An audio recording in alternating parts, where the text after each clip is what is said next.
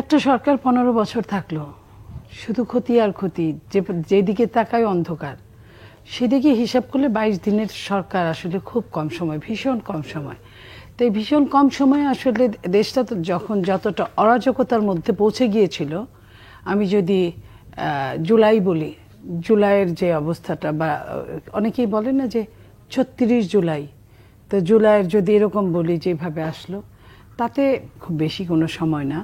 তারা সেট হতেই যে সময়টা লাগছে তাদের। তবে যেটুকু এর মধ্যে আবার বন্যা আসলো, যেটুকুই করছেন তারা চেষ্টা করছেন, এই জায়গায় আমরা বলতে পারেন তুষ্ট।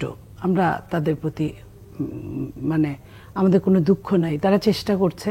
এটার সাথে আরও বেশি ভালো হতো যদি তারা রাজনীতিবিদদেরকে সাথে নিয়ে কাজ করার জন্য, যদিও তারা বলছে এরকম যে জাতীয় সরকার একটা ওরকম চিন্তাভাবনা আছে, ওটা করে আমি জানি না যে এটা কেন তারা বা বলছে। কারণ আমরা, আমাদের দল বাংলাদেশ জাতীয়তাবাদী দলের মহাসচিব বারবার বলেছেন যে আমরা রোড ম্যাপ চাই, কিভাবে কবে নির্বাচন দিবেন। যেহেতু একটা গণতান্ত্রিক দেশ, নির্বাচনমুখী একটা সরকার হওয়াটাই সবচেয়ে বেটার। রাজনীতিবিদদের হাতে রাজনীতি যাওয়াই বাঞ্ছনীয়। তারপরেও যেহেতু রাজনীতিবিদদের, আগের রাজনীতিবিদ যারা তথাকথিত রাজনীতিবিদ, যারা রাজনীতির নাম দিয়ে দেশটাকে অচল করে দিয়েছে, ফ্যাসিস্টে পরিণত করেছে, একদম দানবে পরিণত করেছে, তাদের কথা মনে হলে তখন রাজনীতিবিদদের যে কিছু প্রশিক্ষণ, সেটারও দরকার আছে। আর আমরা প্রশিক্ষণের মধ্যেই আছি, আর 17 বছর আন্দোলনে আছি।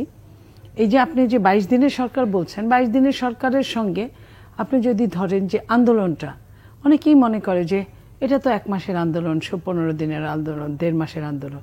1.5 মাসে কোনো স্বৈরাচারকে হটানো যায় না। এই আন্দোলনটা লম্বা, অনেক বড় আন্দোলনের ইতিহাস।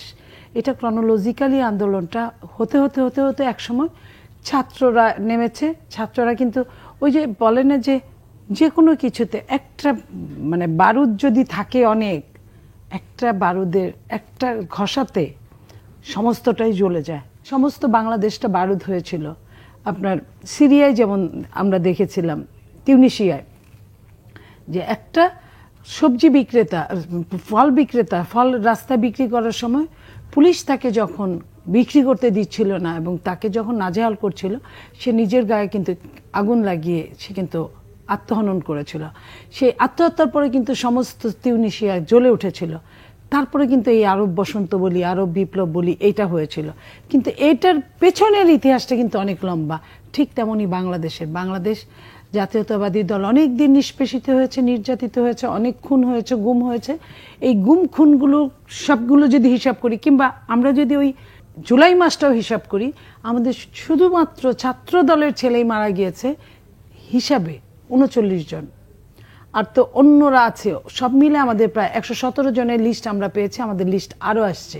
তো এই হিসেবে আমরা বলবো যে আমাদের সবার সহযোগিতায় ছাত্ররা মিলে যে একটা সরকার নিয়ে আসছে, যে আন্দোলনে বিগত পরিত্যক্ত সরকার পালিয়ে যেতে বাধ্য হয়েছে, সেইখানে আমরা মনে করি যে তাদেরকে আমরা সহযোগিতা করতে চাই সব ব্যাপারে।